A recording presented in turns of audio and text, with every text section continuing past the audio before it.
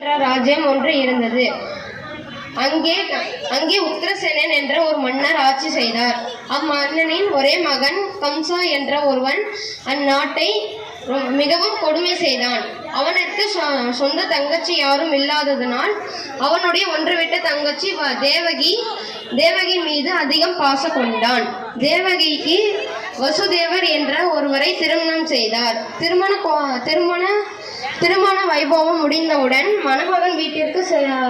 மணமகன் வீட்டிற்கு அனுப்புவதற்காக கம்சனை தேரோட்டினான்.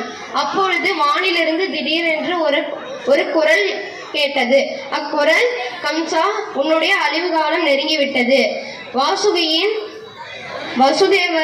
வசுதேவரின் 8வது மகன் உன்னை கொன்று விடுவான் என்று அக்குரல் சொல்லியது.